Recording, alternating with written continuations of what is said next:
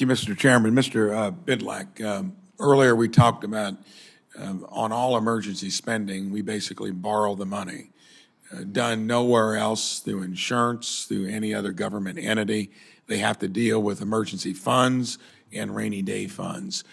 And I think you said that over the last 2 decades, it's north of maybe $10 trillion that have been added to the federal debt. Can you explain why a rainy day fund, an emergency fund, would actually be a better way of doing it? Yeah, thank you for the question. I think if I start, I mean, if you just consider a quick back of the envelope calculation, I mean, the cost of war project at Brown University estimates that we've spent around $8 trillion in total on the war on terror, and that was spending that was not expected pre-2001. If you consider the money that we spent on the pandemic, that's another $5 trillion. That was obviously not really expected prior to early 2020. And then if you consider the $3 trillion in sort of officially designated emergency spending, that's alone is $15-16 trillion out of an increase in the national debt of $26 trillion over that time. You're talking well north of 50%. So I think that the impact, you're correct to point out, of emergency spending, whether officially designated or otherwise, has been very significant.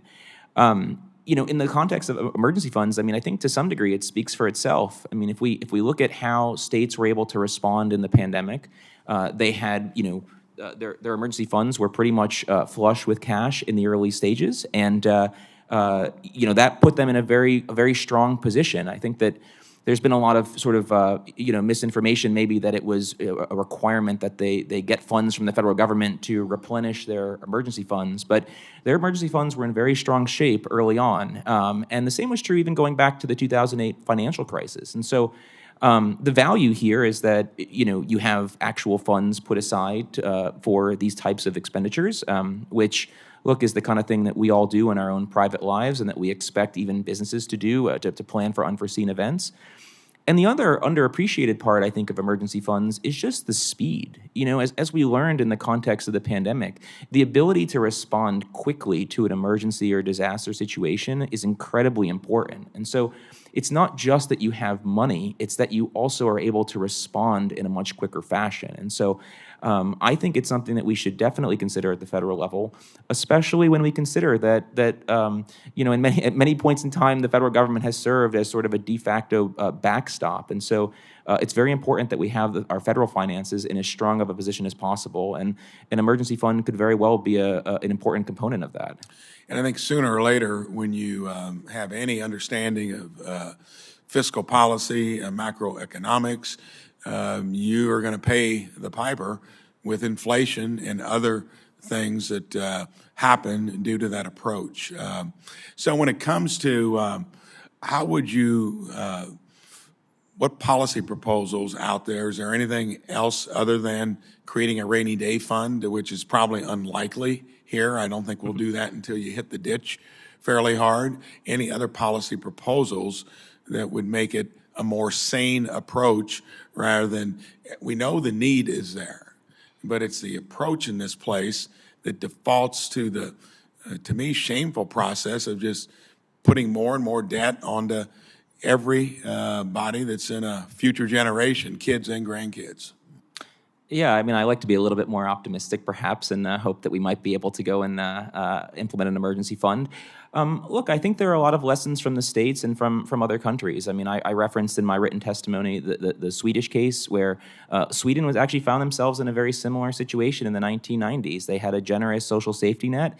They don't sit on a large amount of oil reserves like their neighbor to the west, and they had to really think about how can we ensure the sort of programs that many people are reliant on, and they implemented statutorily, budget caps that put some level of restraint on their expenditures. And you see very effectively that countries like Sweden or Switzerland, perhaps being the other example that's often used, those countries have tended to respond far more effectively to crises, and done so in a way that didn't result in just blowing up their budgets. So they have a fairly, they got somewhat larger central government probably budget, but they don't borrow money to spend what they want to spend, and they're taking the responsibility of putting savings into emergency funding, which again is what all other places have to do. This is the only place that seems to try to violate that rule routinely.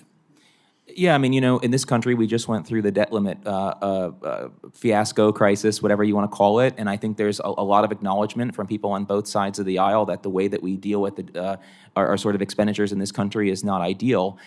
There are virtually no other countries that have this exact same process. I think Denmark is the only other one. And instead what they do is they cap their expenditures as a function of expected revenue, which is itself a function of what they've taken in recently and what they expect in the short term. And that's a much smarter way of doing it, and it gives you a lot more flexibility to respond to unforeseen events. I mean, in the Swiss case, they don't have an emergency fund explicitly, but they're able to engage in emergency spending, and then it sort of that impacts what they're able to spend in the coming 5 or 6 years. And so again, these types of lessons I think are very important and big picture have wide-ranging implications for both the finances of the country and how we deal with emergencies. Thank you.